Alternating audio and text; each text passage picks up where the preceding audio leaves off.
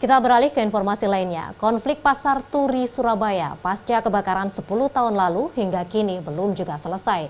Dari 7.000 kios yang tersedia, hanya separuh yang ditempati. Para pedagang memilih berjualan di luar karena tidak mampu membeli kios yang dinilai terlalu mahal.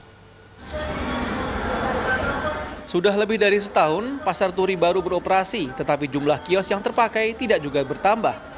Dari hampir 7.000-an kios di bangunan 7 lantai ini, hanya kurang dari separuh kios yang sudah dibeli atau disewa.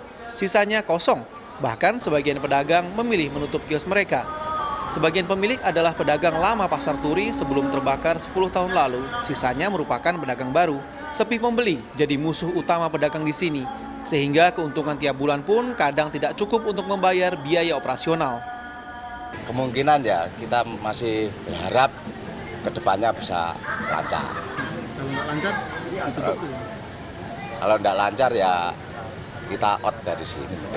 Ada lebih dari 1.500 pedagang yang sekarang bertahan menempati lokasi bekas tempat penampungan sementara di depan gedung Pasar Turi baru. Hampir semuanya adalah bekas pedagang Pasar Turi lama sebelum terbakar. Meski begitu, pedagang tetap bertahan. Mereka tidak mau pindah karena syarat pindah ke Pasar Turi baru sangat memberatkan.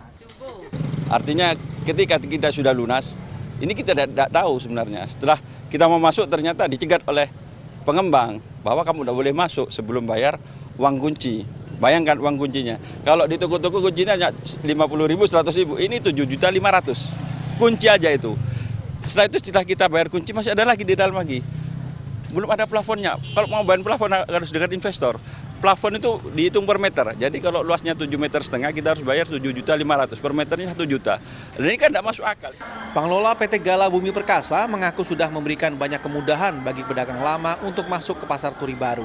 Seperti angsuran dengan tenggat waktu lebih lama, pinjaman ke bank dengan jaminan dari pengelola, sampai kemudahan sewa.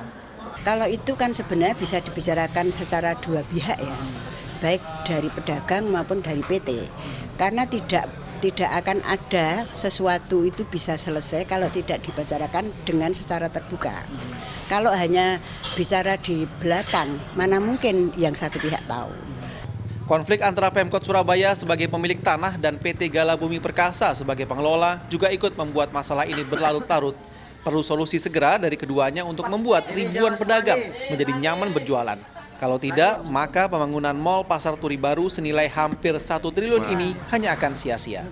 Rangga Umara, Surabaya.